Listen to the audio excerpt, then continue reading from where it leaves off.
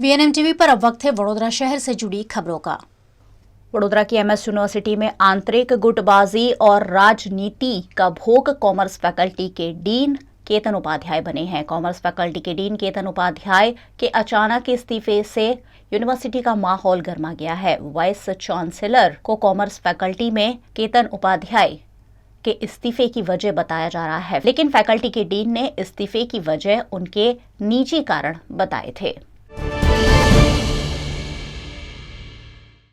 गुजरात राज्य में कई दिनों से मौसम विभाग ने भारी बरसात का अनुमान लगाया है। उसके बावजूद वडोदरा में जगह जगह पड़े हुए गड्ढे अप्रिय घटनाओं को न्योता दे रहे हैं। स्मार्ट सिटी कहे जाते वडोदरा शहर में कॉरपोरेशन की धीमी गति की कार्यवाही लोगों में चर्चा का केंद्र बनी है। वडोदरा में जगह जगह गड्ढे हैं जिसमें पानी भर जाने से अप्रिय घटनाएं घट सकती है। ऐसे में वडोदरा महानगर पालिका की कार्यवाही और प्री मानसून कार्यवाही पर सवाल उठे हैं।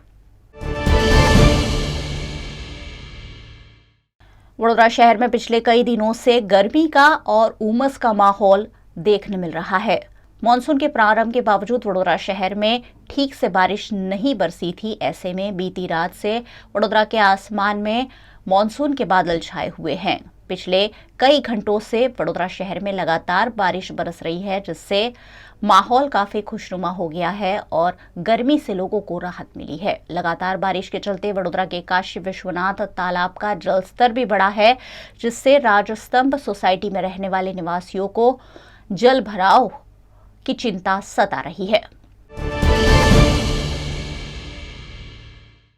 वडोदरा में पिछले दिनों गोत्री हाई प्रोफाइल दुष्कर्म केस काफी चर्चा में रहा था। इस मामले के आरोपी राजू भट्ट ने एक बार फिर से जमानत पर मुक्ति की याचिका सेशंस कोर्ट में दायर की है। पुलिस ने आरोपी को जमानत नहीं देने पर कोर्ट में एफिडेविट किया था। दरअसल एलएलबी में पढ़ाई करने वाली छात्रा के साथ दुष्कर्म कर समाज विरोधी काम को अंजाम दिया गया होने की बात पुलिस द्वारा कही गई थी, जिसके चलते आरोपी राजू भट्ट पिछले कई दिनों से जेल में बंद है।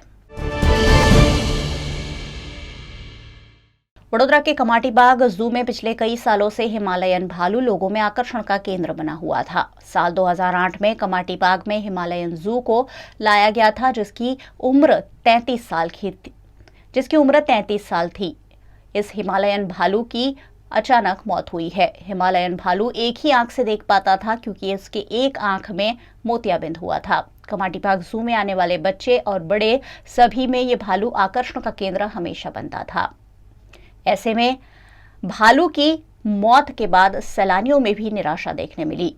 भालू शेड्यूल 1 में आने वाला जानवर है। ऐसे में भालू की मौत के बाद उसके शव का पंचनामा और पोस्टमार्टम किया गया। कमाटी बाग जू के हिमालयन भालू को कमाटी बाग में ही अग्निदाह दिया गया है।